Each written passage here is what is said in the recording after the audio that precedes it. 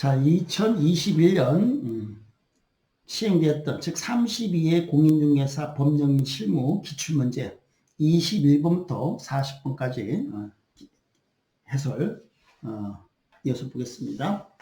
자, 먼저 21번입니다. 21번. 개업공인중개사 가불병에 대한 공인중개사법 제40조 행정제재처분 효과의 승계 등의 적용에 관한 설명으로 옳은 것을 모두 고른 것은 이렇게 되어 있네요. 자, 1번 갑이 2020년 11월 16일 공인중개사법에 따른 과태료 부과 처분을 받았어요. 처분을 받았으나 2020년 12월 16일 폐업신고를 하였다가 2021년 10월 15일 다시 중개사무소에서 재등록을 하였다면 위 과태료 처분의 효자 나오면 효자도 그러시고 효일처 이렇게 얘기했습니다. 효일처 공식이죠. 효일처 기억했습니다. 효일처. 그러니까 효과는 과태료 처벌을 받은 그 효과는 1년간 승계된다 이거예요. 자, 그럼 과태료 처벌을 언제 받았냐면 2020년 11월 16일 날 과태료 처벌을 받았어요. 그럼 그 효과는 얼마 동안 승계된다? 1년간 승계되는 거예요. 다음 2020년 10월 16일 날 과태료 처벌받았고 그리고 2021년 10월 15일 날 중개사무소 개설 등록을 한 거죠. 그러면 11월 16일이고 10월 15일이면 아직 11월 16일까지 1년이 경과되지 않았죠. 여기 재등록하고 나서 처벌을 받고 재등록까지 아직 1년 미경과예요. 1년이 경과되지 않았습니다. 따라서 그 과태료 처분의 효과는 1년간 승계되는 거예요. 1년이 안 지났으니까 효과는 승계된다. 맞네요. 효과는 승계된다. 효일처입니다. 그럼 공식대로 찾으면 되는 거예요. 2번 을이 2020년 8월 2일 국토교통부 용어로 정하는 전속중개계약서에 의하지 아니하고 전속 중에서 미사용이에요. 미사용하고 전속 중일 체결했다. 그럼 업무정지 사유예요. 업무정지 사유예요. 업무정지 처분 사유입니다. 체결한 후 2020년 9월 1일 폐업 신고를 했어요. 그러니까 앞에 거는 처분을 받고 효과가 얼마나 승계되느냐고 이건 아직 처분받은 게 아니에요. 그러니까 폐업 신고를 했어. 그러니까 이와 전속 중일 체결해서 업무정지에 해당하는 얘기를 하고는 이제 업무정지 당할까봐 폐업을 한 거예요. 폐업 신고를 했다가 2021년 10월 1일 다시 중개사무소 개설 등록 재등록을 했다면 등록관청은 업무정지에 처분할 수 있다 이렇게 되어 있습니다. 자, 그러면 업무정지는 우리가 몇 년간 떠느냐 이것이 쉬워 생각하는 게 쉬워. 업무정지는 몇 년간 떤다 그러면 3년간 떠야 된다. 떨기 싫으면 폐업하고 1년만 지나면 돼요. 그럼 문제 봅시다.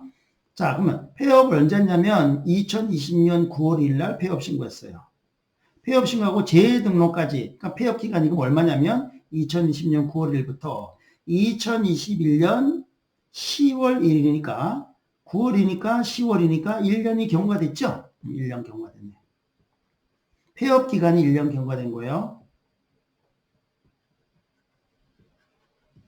그러면 반성기간, 폐업 기간이 1년을 경과하면 업무정지할 수가 없다. 업무정지 처분할 수 없다. 할 수 있다고는 할 수 없다. 자, 다시 한번 해봅시다.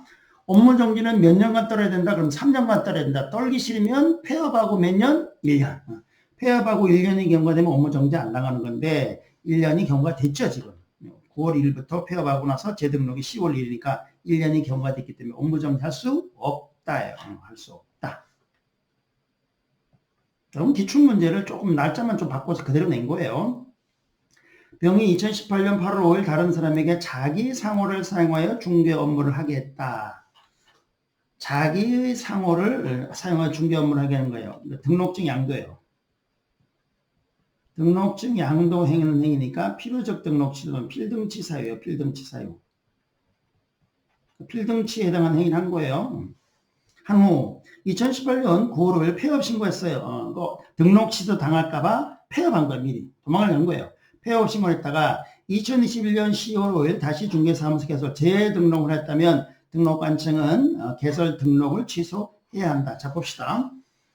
등록 취소라는 행정처분은 얼마 동안 떨어야 되냐 그러면 평생 떨어야 된다. 평생 떨어야 되는 거예요. 계속 떨어야 되는 거야. 떨기 싫으면 폐업하고 몇 년? 예, 3년이에요. 폐업하고 3년만 지나면 돼. 그러니까 지금 등록 취소 당할까봐 계속 떨어지는데 떨기 싫으니까 폐업한 거예요. 폐업하고 몇 년이 지나야 되냐면 3년이 지나가야 되는데, 자, 보세요. 2018년 9월 5일 날 폐업하고, 그리고 재등록을 2021년 10월이에요. 그러면, 자, 여기서 18, 19, 20, 21이니까 19, 20, 21, 3년이네요. 하고, 9월 5일이고 10월이니까 3년 경과가 됐네요. 3년 경과가 됐네요. 폐업 기간이 3년 경과가 된 거예요. 폐업 기간이 3년이 경과가 됐기 때문에 등록 취소할 수 없다요. 취소해야 된다가 아니고 등록 취소할 수 없다요. 자, 그래서 지금 뭘 찾는 거냐 하면 옳은 걸 찾는 거죠. 옳은 거. 여기서 이제 옳은 것을 고르는 건 기억밖에 없네요. 기억. 그래서 정답은 1번이네요. 그 다음 22번. 개업공인중개사 갑의중개로 을병은 병소의 주택에 대해 임대차 계약을 했다. 그러니까 병소유니까 여기 임대인이네.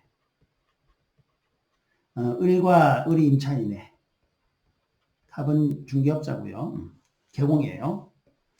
임대인에 관한 임대차 계약을 체결했다. 주택임대차 보호법정에 관한 갑의 설명으로 틀린 것은 임차인은 자연입니다.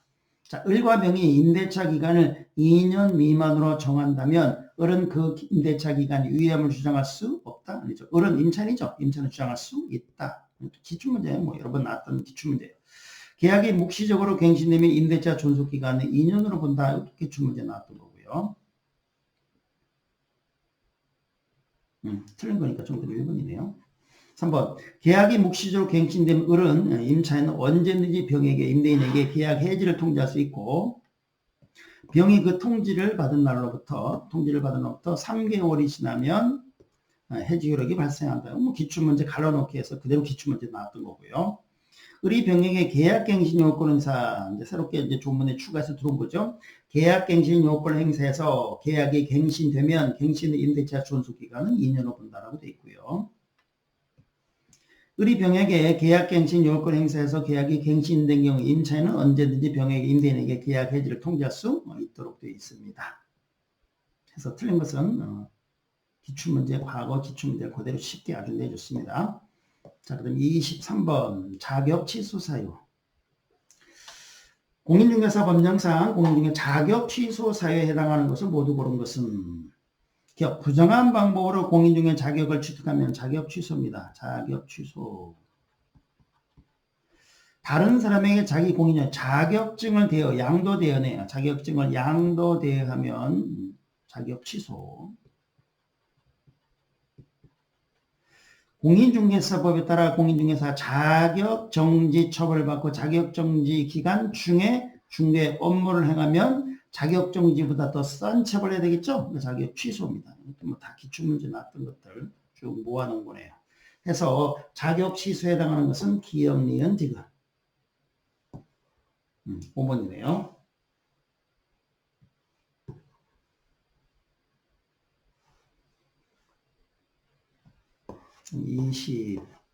24번.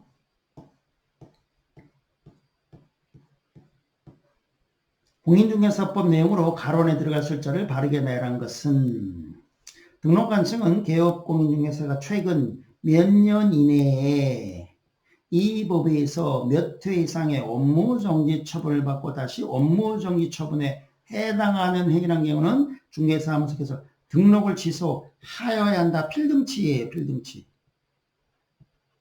그럼 우리가 외우는 거 있죠? 이업업이에요. 이업업. 이업업에 해당하면 필등치라는 거. 그러니까 이업업이건 이과업의 과태료건 3과업의 과업이건 간에 세 가지가 있죠. 우리 외우는 거 있어요. 이과업의 과태료가 있고 다 외우고 있었고 다 기출문제이기 때문에 다 연습했던 거예요. 이거는 업무정지고 3과업의 과업은 임등치고요. 그리고 이업업은 필등치예요. 자, 필등치에 해당하는 거 이거예요. 지금 요거는 아니니까 업무정지 이거 필등치라고 해놨으니까 자, 1년이죠, 무조건. 다 1년이에요. 이 업무정지건, 임등치건, 필등치건 전부 1년 안에 몇 개 행위가 있느냐 찾는 거예요. 1년 이내에 이의보에서 2회 이상의 업무정지입니다. 2회 이상의 업무정지 처분을 받고 다시 업무정지 처분에 해당하는 행위를 한 게 적발된 거예요. 업무정지가 적발되면 업무정지 하는 게 아니고 필등치 아예 싹을 잘라버립니다. 필등치. 자, 금고 이상의 실행의 성을 받고 집행이 종료되고 그리고 되거나 집행이 면제된 날로부터 몇 년이 지나지 아니한 사람은 중개사무소 개설 등록할 수 없다. 결격사유를 갑자기 물어봤네요. 결격사유자. 자, 집행 종료 면제되고 몇 년? 3년이죠. 3년이 지나지 아니한 사람은 중개사무소 결격사유자입니다. 결격사유자니까 등록 신청할 수 없다. 중개행위에 관련된 손해배상 책임을 보장하기 위하여 이 법에 따라 공탁한 공탁금은 개업공 등의 폐업한 날로부터 몇 년 이내는 회수했다. 공회 3. 워낙 많이 나왔던 기출문제죠. 공탁의 경우에는 회수할 수 없다. 공회 3입니다. 공회 3. 3년간 회수할 수 없다. 공회 3. 해서 정답은 1, 2, 3, 3. 2번이네요. 25번 공인중개사 법령상 중개사무소 개설 등록 취소 하여야 하는 사유 필등치 절등치 필등치 법령은 거의 체계도와 관계된 거 뭐 임등치 필등치 자격정지 자격취소 업무정지 그 다음 1, 2천 3, 3천 과태료 그냥 아직 깡그리 다 냈네 깡그리. 자, 체계도만 잘 정리됐으면 뭐 이런 거는 맞출 수 있었을 것 같아요. 해당 경우는 모두 그런 것은 자, 개업공인 법인이 해산했습니다. 법인이 해산했다. 뭐 개인인 개공이 사망했다. 그러면 세상에 존재하지 않는 거니까 반드시 등록 취소시켜가지고 장부 정리된다. 필등취. 개업공인 거짓으로 중개사무소 개설 거짓 등록이에요. 거짓 등록 반드시 나온다는 거. 뭐 매년 나오는 거예요. 거짓 등록. 거짓 등록은 문서를 위조해서 등록하는 거죠. 민서를 위조해서 등록받는 거예요. 그럼 즉 등록 공모를 기망한 거예요. 위조해서 등록받았습니다. 그럼 등록 공모를 기망한 거예요. 등록 공모를 기망해서 등록받으면 등록 공모 열받는다 그랬죠. 열받으면 반드시 싹을 잘라버린다. 필등취 이렇게 기억했고요. 개업공인중개사가 이중으로 등록, 이중자는 얘는 반드시 나오는데 이중 등록, 이중 소속은 필등치고 이중 사무소는 임등치입니다. 이중 등록이니까 필등취. 개업공인중개사가 개설 등록 금고 이상형의 집행유예를 받고 그 유예기간 중에 개공이 집행유예기간 중에 있게 된 거니까 결격사유자죠. 결격사유자에 해당하면 반드시 등록 시에는 필등취예요. 필등취. 자, 그래서 필등취에 해당하는 것은 모두 다네요. 기업리한 디귿 리얼입니다. 5번이네요. 26번. 공인중개사 법령상 개업공인중개사의 보증 설정 등에 관한 설명으로 옳은 것은 개업공인중개사가 보증 설정 신고를 할 때 등록관청에 제출해야 될 증명서로는 전자문서로 제출할 수 없다. 제출할 수 있습니다. 명문의 규정은 조문에 나와 있지 않습니다만 시험에서도 할 수 있다고 돼 있고 이와 유사한 내용들은 워낙 많이 있으니까 가능하면 이제 전자문서를 가지고 좀 쓸데없는 이제 시간 낭비를 줄여보자는 거니까 기본적 취지가 그렇습니다. 제출할 수 있다. 이번 보증기관이 보증사실을 등록관청에 직접 통보한 경우라도 개업권 등록관에 보증 신고된다. 아니죠? 직접 통보한 경우 신고를 생략할 수 있다. 또 기출문제 많이 나왔던 생략 가능하다. 기출문제 떴던 질문들이고요. 3번 보증을 다른 보증으로 변경하려면 보변입니다. 변경하려면 이미 설정된 보증으로 있는 기간 지난 후가 아니고 보변 중이죠. 보변 중. 또 뭐 기출문제도 많이 나왔고 연수 많이 했던 거. 보변 중입니다. 기간이 있는 기간 중에 다른 보증을 설정해야 되죠. 4번 보증 변경 신고를 할 때 손해배상 책임 보증 변경 신고서 서식이 자꾸 내네요. 변경 신고서 서식에 보증란에 변경 후 보증 내용을 기재하도록 되어 있는데 이거는 우리가 좀 서식을 안 봤기 때문에 좀 애매모호하겠죠. 그죠? 일단 삼각형 체크하고 다른 걸 한번 보면 되거든. 앞에 세 개는 완전 틀렸고 5번 개업공인중개사가 보증보험금으로 손해배상을 한 때에는 그 보증보험 금액을 보전해야 되고 다른 공제에 가입할 수 없다? 공제 가입할 수, 서울보증보험에 가입해 다른 공제 가입할 수 있죠. 보증을 병리해서 가입할 수 있습니다. 이거 완벽하게 틀렸고, 다 완벽하게 틀렸으니까, 요거겠구나. 이렇게 한번 유추해서 찍어보면 되겠습니다. 자, 그 다음에 27번.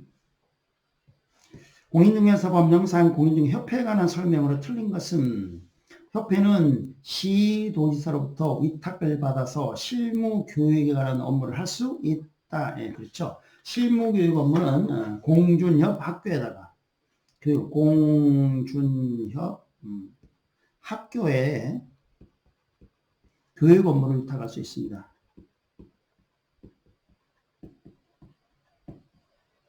시도지사는 공준협 학교에다가 교육 업무를 위탁할 수 있어요.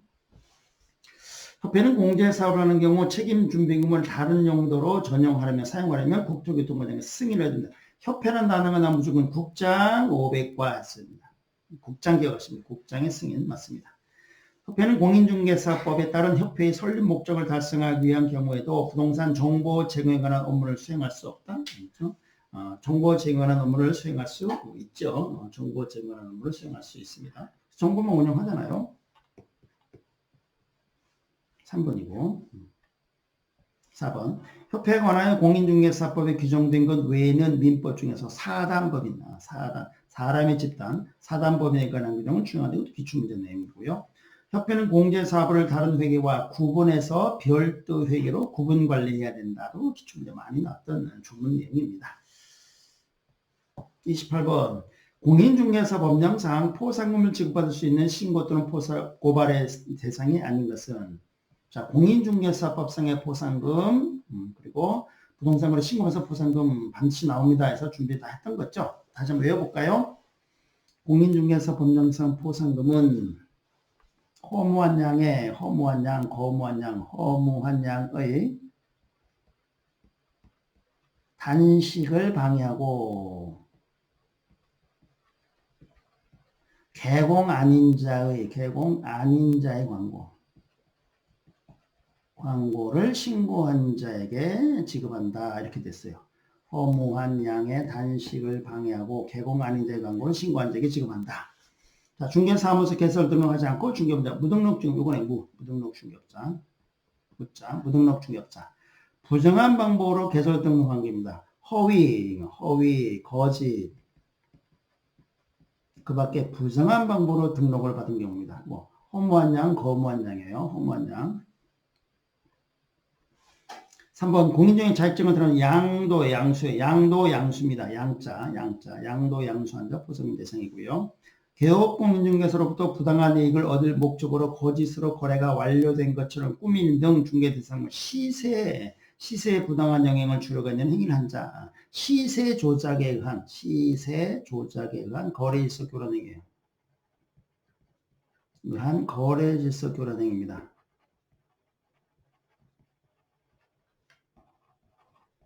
단식방해 요거 식이에요. 우리는 단식이라고 시라고 했습니다. 단식 시세 조작에 의한 거래 질서 행위. 결론적으로 좀 더 5번입니다. 개업공인 중요하니까 직접거래 금쟁이죠. 금쟁이 중에서는 요거 거래일수 교란 행위가 포상금지 대상이고 나머지 것들은 포상금 대상이 아니죠. 정답은 5번이고 많이 준비하고 다 외우고 있었습니다. 29번 공인중개사법령상 개업공인에 대한 업무정지 처분할 수 있는 업무정지 책에도 다 나왔네요. 업무정지 처분할 수 있는 사유에 해당하는 것은 모두 그런 것은 부동산 거래 정보망에 중개된 거짓 공개 세 가지 중에서 거짓 공개, 미공개, 다르게 공개죠. 개공이니까 거짓 공개니까 업무정지예요. 공개 세 가지 중에서 거짓 공개, 업무정지. 거래 당사의 교부해야 할 중개 대상을 확인 설명서를 교부하지 않은 경우 확인 설명서 거래 계약서와 관계된 의무 위반하면 전부 업무정지. 거래 당사에 교부해둔 거래계약서를 적정하게 작성 교부하지 않은 역시 거래계약서 확인 설명서 관계된 전부 위반하면 업무정지. 해당 중개대상물 거래상의 중요사항에는 거짓된 언행으로 중개 판단을 그르치게 한 경우 금쟁이에요. 금쟁이는 임등치예요. 임등치는 전부 업무정지예요. 요거 조금 더 어려운 걸린 거예요. 업무정지에 해당합니다. 요거 주의하셔야 돼요. 임등치는 전부 업무정지가 되기 때문에 다 업무정지에 해당하는 건데요. 그래서 업무정지에 해당하는 사유를 모두 고른 것은 기역, 니은, 디귿, 리을. 정답은 5번이네요. 30번. 공인중개사법령상 소속 공인중개사로서 업무를 수행하는 기간 동안 발생한 사유 중 자격정지 사유에 규정되어 있지 않은 것은 소공에 대해서 자격정지죠. 자격정지에 해당하지 않는 것은 둘 이상의 중개사무소 이중 소속입니다. 이중 소속하면 자격정지. 자격정지와 자격 취소 찾는 거니까 구별하는 걸 찾는 거예요. 성실 정화에 중개된 확인 설명하지 않은 경우 자격정지. 등록관청에 등록하지 않은 인장을 사용하여 중개인은 인장과 관계된 거 자격정지. 공인중개사 위반해서 징역형 선고입니다. 이 법 위반해서 징역형 선고 받으면 자격 취소예요. 자격 취소. 이거네요. 중개대상물의 매매를 업으라는 게 금쟁이죠. 금쟁입니다. 소공이 금쟁 위반하면 자격 정지입니다. 자격 정지. 다 기출문제 그대로 또 변형해서 그대로 낸 겁니다. 31번.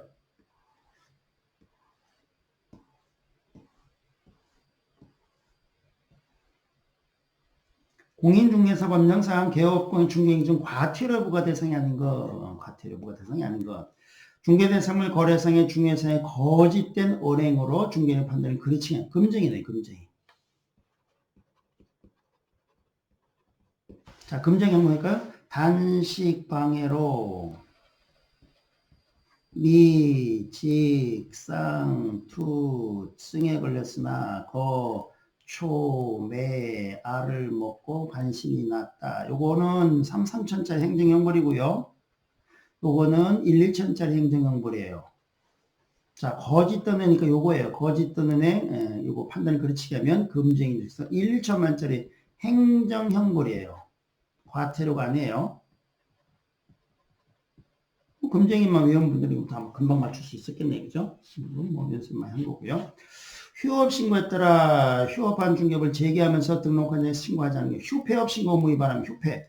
백과사전에 휴폐되었으니 이전의 보증을 반납하라고 문자로 게시하고 광고했다. 이거예요. 휴폐업 신고면 백과 뭐 완벽하게 다 외우고 있었어요. 중개대상물의 권리를 취득하는 중개인에게 해당 중개대상물 권리관계를 성실 정확하게 확인 설명하지 않으면 500과 워낙 중요한 거고 기출이 워낙 많이 나왔던 거고. 4번 인터넷을 이용해서 중개대상물의 표시 광고를 하면서 중개대상물 종류별로 가격 및 거래 형태를 명시하지 않은 경우 광고 위반입니다. 표시 광고. 광고 위반입니다. 광고 위반하면 100과. 연수교육을 정당한 수에 받지 않은 경우 연수를 받지 않은 개공소공은 500과. 다음 기출문제고요. 많이 했던 내용들입니다. 금쟁이 찾을 줄 알면 되는 거네요. 금쟁이 물어본 거고요. 다음 32번.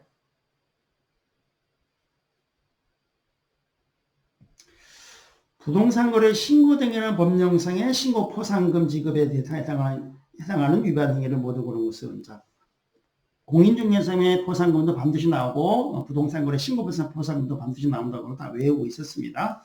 자, 부동산 거래 신고법상의 포상금은 거짓 허가자, 가장 허가자 이렇게 외웠어요. 거짓 가장 허가자 신고해주면 포상금 줍니다. 가장 거짓 허가자입니다. 부동산 매매 계약의 거래 당사자가 부동산의 실제 거래 거짓 신고죠. 요거 거짓 신고 포상금 맞습니다. 거짓. 부동산 매매 계약이나 개업 공인중개사에게 신고하지 않도록 요구 이건 아니에요. 이건 거짓 가장 허가자입니다. 요것만 포상금 대상이에요. 토지 거래 계약 허가. 토지 거래 허가와 관계된 거 허가받아 취득한 토지를 허가받은 목적대로 이용하지 않는 경우 요거 위반이니까 맞고요. 부동산 매매 계획에 관하여 부동산의 실제 거래 가격을 거짓으로 신고 요구 조장하는 거는 포상금 대상이 아니에요. 해서 포상금 대상에 해당하는 것은 기역하고 디귿. 기역 디귿이니까 정답이 1번이네요. 33번. 공인중개사 법령상 중개사무소의 설치에 관한 설명으로 틀린 것은 사무설치. 법인이 아닌 개업 공인중개사는 개인의 개공 끝이네. 개인의 개공은 그 등록관청 관할구역 안에 한 개의 중개사무소만 둘 수 있다. 개인의 개공은 이중사무소를 둘 수 없습니다. 다른 법률 규정에 따라 중개라고 쓰는 법인 특수법인이죠. 특수법인, 다른 법률 규정에 따라 하는 법인, 특수법인, 그럼 지역농협기업 한다고 했어요. 지역농협 분사무소는 공인중개사를 책임자로 두지 않아도 된다. 기출문제 워낙 많이 나왔던 거 그냥 계속 낸 거고요. 3번. 개업공인중개사가 중개사무소를 공동으로 사용하려면 중개사무소 개설 등록 또는 이전 신고를 할 때 그 중개사무소를 사용할 권리가 있는 다른 개업권 사용 승낙서를 첨부해야 됩니다. 사용 승낙서. 4번. 법인인 개업공인중개사가 분사무소를 두는 경우 소유, 전세, 임대차 등 사용대체의 방법으로 사용권을 확보해야 됩니다. 5번. 법인인 개업공인중개사가 그 등록관청 관할구역 외의 지역에 둘 수 있는 분사무소는 관할구역 외의 지역에 둘 수 있는 분사무소는 시도별로 한계를 초과할 수 없다. 이것도 기출문제가 많이 나왔던 거죠. 시공구별로 한계를 초과할 수 없다. 이거네요. 5번. 자, 34번. 갑이 건축법 시행령에 따른 단독주택을 매수하는 계약을 체결했을 때 부동산 거래 신고 등에 관한 법령에 따라 갑 본인이 그 주택에 입주할지 여부를 신고해야 하는 경우를 모두 고른 것은 이것도 좀 틀려주세요라고 낸 거예요. 그러니까 침착하게 하면 좀 찾을 수 있습니다만 이렇게 긴 질문을 짧은 시간 내에 이렇게 침착하게 하기가 쉽지 않거든요. 그래서 일단 상당히 좀 틀려주세요라고 냈다고 생각하시고 이제 틀려주시면 됩니다. 너무 스트레스 받고 하실 것은 없을 것 같아요. 자, 그럼 한번 정리를 한번 해보죠.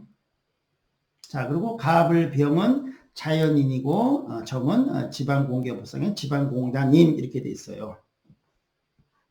자, 그럼 우리가 이제 입주 자금에 대해서 이제 신고될 내용이 어떤 경우냐면 과조비육 이렇게 있어요. 과조비육이라고.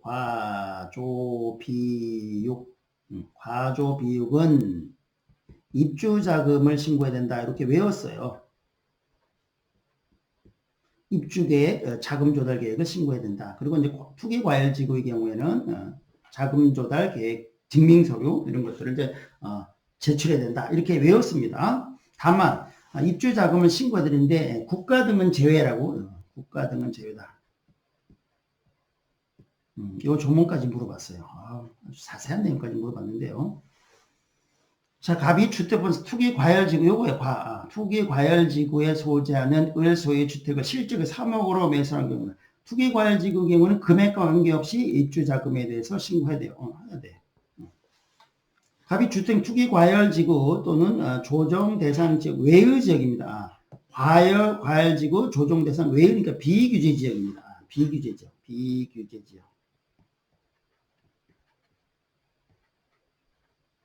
비규제의 장소에 소재하는 병소의 주택을 실적의 5억 원으로 매수하면 비규제 지역은 비육이에요. 6억 이상이니까 5억이니까 이건 신고됐어요. 입주 자금을 신고하려면 입주 계획 여부를 신고할 필요가 없습니다. 갑이 주택보상 투기과열지구 여기네. 과열지구 과조비율 과예요. 에 소재하는 종소의 주택을 실적의 10억 원으로 매수한 경우 과열지구니까 금액과 관계없이 신고해야 되죠. 그런데 뭐라고 되냐면 여기 정이라고 돼 있는데요. 야, 이런 것까지 시험장에서 침착하게 찾을 분 거의 없었다고 보여집니다. 정은 그런데 여기 정은 지방공기업성인 지방공단이 국가 등이라는 얘기예요. 국가 등. 국가 등이니까 제외죠. 입주자 이런 입주계획 이런 입주할지 여부 이런 걸 신고할 대상에 해당하지 않습니다. 그래서 해당하는 것은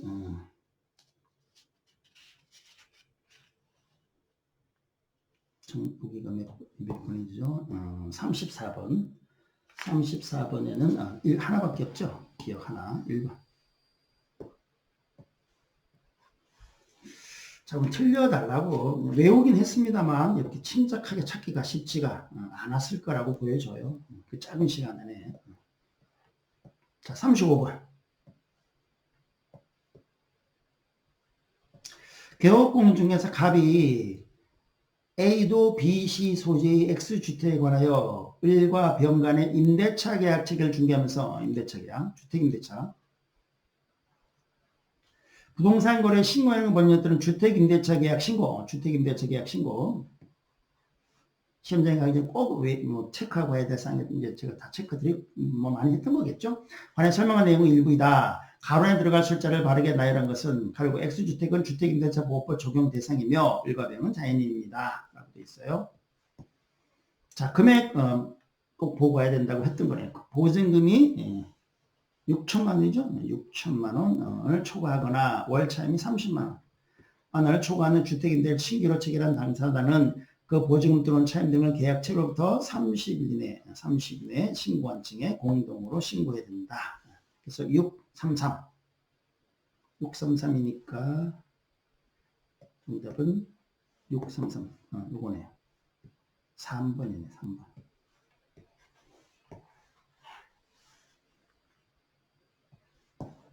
36번.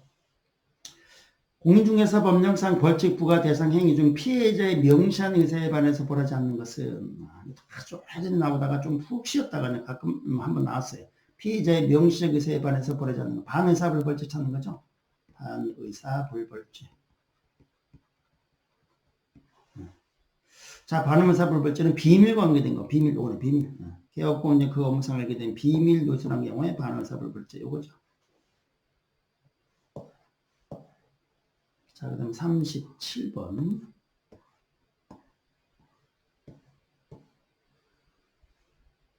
부동산 거래 신고 등의 법령상의 외국인 등이 부동산 취득에 관한 설명으로 옳은 것을 모두 고른 것은 그리고 단 법제 7조 또는 상호주의는 고려하지 않는다. 외국인 그러면 여기다 외우고 있죠? 외우는 내용을 체크하는 건데요. 여기다 해볼게요. 계외보허 계외보 60, 66, 사전 300, 100, 100, 2, 2000 이렇게 기억했습니다. 계외보호 이것만 기억해도 되죠. 자, 대한민국 국적을 보유하고 있지 않은 개인이 이사 등 임원의 2분의 1인 법인은 외국인에 해당이 됩니다. 해당한다. 아니나 기출문제 심리고요. 외국인 등의 건축물의 개축을 원인으로 대한민국 부동산 취득한 때도 부동산 취득 신고를 해야 된다. 자, 개축은 계외, 여기 계약외입니다. 계약외. 다 외우고 있었던 거죠. 계약외가 뭐냐 그러면 상, 환, 팡, 경, 합병, 신, 증, 재, 개 이렇게 외웠어요. 상속, 환매권 행사, 판결, 경매, 합병, 신축, 증축, 재축, 개축. 요거네. 개축 요거네. 신증, 재, 개 요거. 한 경우는 부동산 취득 신고를 해야 됩니다. 요거 계약외니까 6개월 이내에 부동산을 취득한 6개월 이내에 신고해야 됩니다. 맞습니다. 이거 군사기지 및 군사시설 보호법들은 군사기지 및 군사시설 보호 군자 들어가네. 군 야생군문의 군 허가구역입니다. 허가구역의 토지는 외국인 등이 취득할 수 없다. 아니죠. 계외보호죠. 허가구역.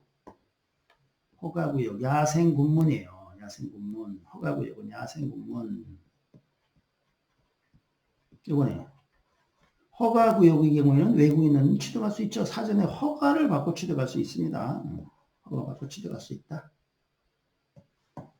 이런 외국인의 허가 없이 자연환경 보존 생태, 야생군문의 생태경 보존적인 토지를 취득하는 계약을 치는 그 계약은 효력이 발생하지 않는다. 효력 규정이고 무효다. 그래서 지금 뭘 찾는 거냐면 옳은 걸 찾는 거니까 기역, 니은, 리을. 기역, 니은, 리을. 3번이네요.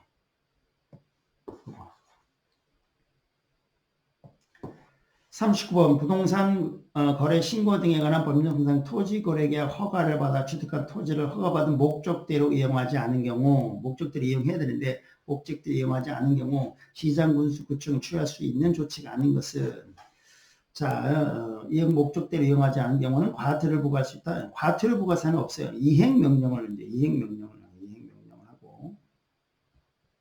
이행명령을 부과하고, 그리고, 또 뭐, 이행 목적대로 이용하지 않으면 취소하고, 이런 거.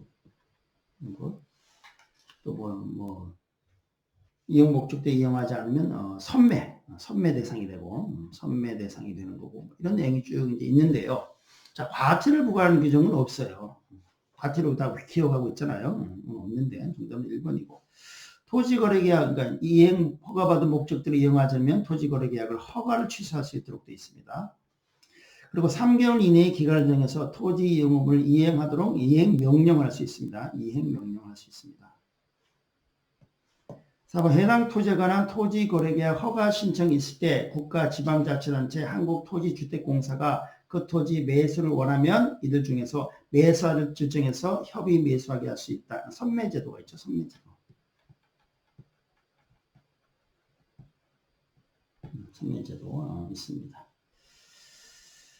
그 다음에 5번 해당 토지를 직접 이용하지 않고 임대하고 있다는 이유로 임대하고 있다는 이유로 이행 명령을 했음에도 정해진 기간에 이행하지 않는 경우 토지 취득의 100분의 7의 상당 금액의 이행금을 부과징수한다. 자, 요거 이행강제금 기억하고 있죠? 방임병기는 이렇게 얘기했습니다. 방임병기는 열, 7, 5실 치료에 사용된다. 이렇게 얘기했죠. 방임, 임대, 변경, 기타. 자, 요거 임대한 경우는 열 7호시니까 7 맞네. 7에 해당하는 금액을 부과한다. 다 외우고 있습니다. 다 외웠던 내용들이에요. 따라서 정답은 1번이죠. 1번. 39번. 부동산거래 신고에 관한 법령상의 토지거래 허가에 관한 내용으로 옳은 것은 1번 토지거래 허가구역의 지정은 그 지정을 공고한 날로부터 3일 후에 이루게 아니고 5일 후에 이루게 되고 기준으로 2번 이상이 나왔던 거고요.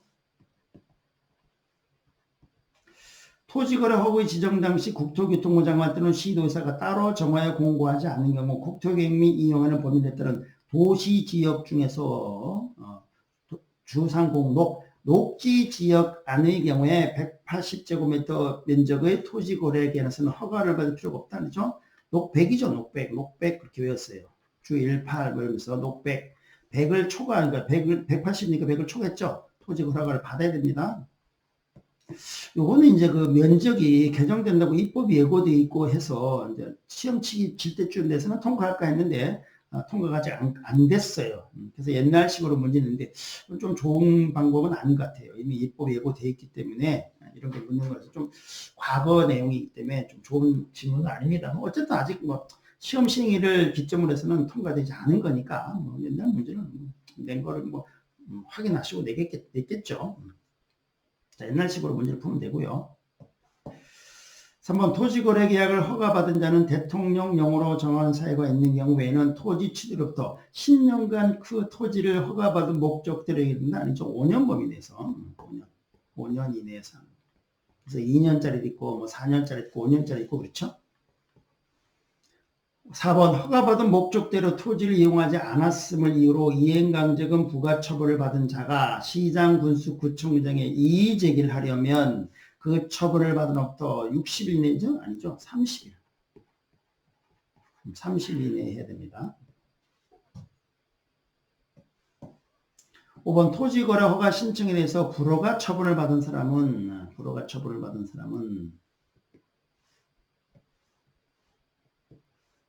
그 통지를 받은 후부터 1개월 이내 시장, 군수, 구청장에게 해당 토지에 대한 권리 매수 청구할 수 있습니다. 불허가 처분해서 매수 청구할 수 있고요. 매청구는 1개월입니다. 1개월입니다.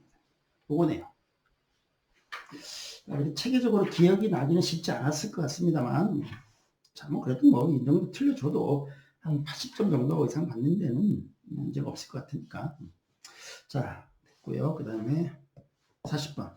부동산거래 신고 등의 법령상의 토지거래 허가구역에 관한 설명으로 옳은 것은 토지거래가 많이 냈어요. 그러니까 이번 그 32의 문제는 법령 기타 문제는 기출 문제를 좀 이렇게 막 섞어서 특히 뭐 행정형벌, 행정처분, 과태료 이런 거 위주로 전형적인 기출 문제 막 섞어서 냈고, 그리고 이제 좀 틀려달라고 하는 문제는 토지거래 허가 관계된 아주 지엽적인 조문 아주 깊숙이 있는 걸 막 이렇게 내므로써 일단 이렇게 틀려주세요 이렇게 해가지고 이제 난이도 분별했는데 좀 세련되지는 못한 것 같아요.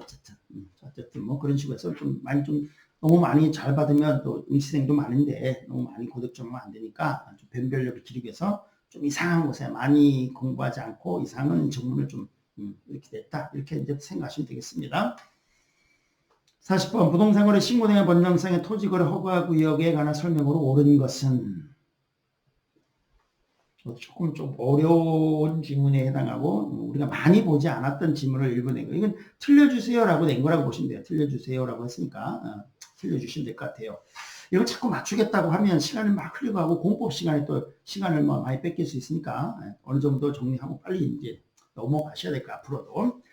옳은 것은 시도지사는 법령의 개정으로 인해 토지용이라는 행위 제한이 강화되는 지역을 허가구로 지정할 수 있다. 그러니까 투기가 성행하고 막 토지 가격이 막 올라갈 수 있는 이런 경우처럼 토지거래 허가구역으로 지정하잖아요. 그러면 행위 제한을 강화한다는 것은 규제가 또 강화되는 거니까 행위 제한이 강화되는 거니까 토지에 대한 가치가 떨어지겠죠, 오히려. 그죠? 그러니까 이거는 뭐 토지 가격이 올라갈 사항이 아니에요. 그럼 이건 토지거래 허가구역으로 묶일 대상이 아닌 거죠.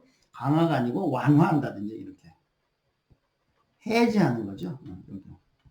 완화하고 해제하면 당연히 용적률이라든지 이런 것들 건폐를 완화하면 용적률 건폐 올라간다는 얘기잖아요. 해제하면 올라간다는 얘기고 그럼 땅값이 올라가는 거죠. 건폐 용적률이 의해서 올라가면 토지 가격이 막 10배씩 3배씩 이렇게 뛴단 말이에요. 그러면 이제 가격이 많이 올라가니까 토지 가격의 상승 요인이 되니까 허가구역으로 지정을 한다는 거죠. 자, 강화가 아니고 완화, 해제라고 해야 되겠죠. 2번 토지 투기적 거래 성향으로 지가 급격히 상승하는 등의 특별한 사유가 있으면 5년을 넘는 기간 아니죠. 5년 내에 사는 거죠. 이거는 뭐 기출문제 많이 나왔던 내용이니까. 3번은 완전 처음 보는 내용이고 조문이 있는 내용입니다만 조문이 그렇게 굉장히 많은데 그걸 자세하게 우리가 기억할 수도 없고 그걸 다 터치하고 할 수도 없어요. 이건 틀려달라고 하는 거니까 이렇게 적당히 보시고 틀려주시면 돼요. 허가구역 지정의 공고에는 허가구역에 대한 축적 5만 분의 1, 5만 분의 1 또는 2만 5천 분의 지형도가 포함되어야 한다고 조문에 나와 있습니다. 모르는 질문이에요. 4번 허가구역을 지정한 시도지사는 지체 없이 허가구역에 지정한 공고 내용을 관할 등기소에 통지하는 게 이거는 기출문제 나왔던 거죠. 시도지사는 국토교통부 장관 또는 시군구청장한테 통지하는 거죠. 또는 시군구청장에게 통지하는 거예요. 통지하면 시군구청장이 또 지체 없이 이 등기소장한테 통지하는 겁니다. 이렇게 이제 봤습니다. 지체 없이 등기소장한테 통지한다. 그래서 직접 관할 등기소에 통지하는 거 아닙니다. 5번 허가구역의 지정에 이의가 있는 자는 그 지정이 공고날로부터 1개월 이내 시장 군수구청에 이의를 신청할 수 있다. 자, 허가구역 허가구역의 이 지정에 이의가 있는 자는 일단 허가구역 지정권자는 국장 또는 시도의사죠.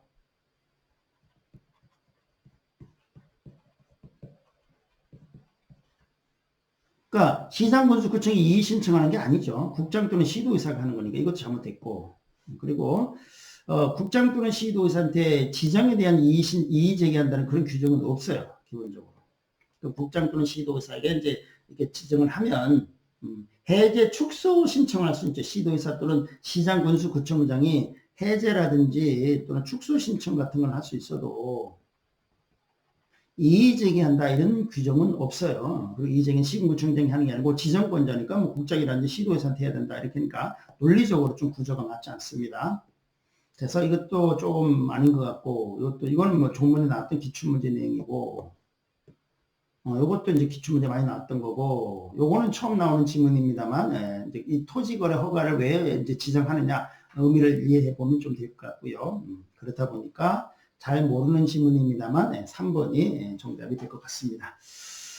자, 32회의 문제는요, 조금 어쨌든 변별력을 기르려고 해서 굉장히 이렇게 깊숙한 곳에 잘 뜨지 않았던 질문 내용을 물어봤고요. 또 기출문제 중에서도 굉장히 체계적으로 암기하고 정리하시지 않은 굉장히 어려운 난이도 문제를, 상해 문제를 많이 좀 이렇게 배정을 했다. 이렇게 보입니다.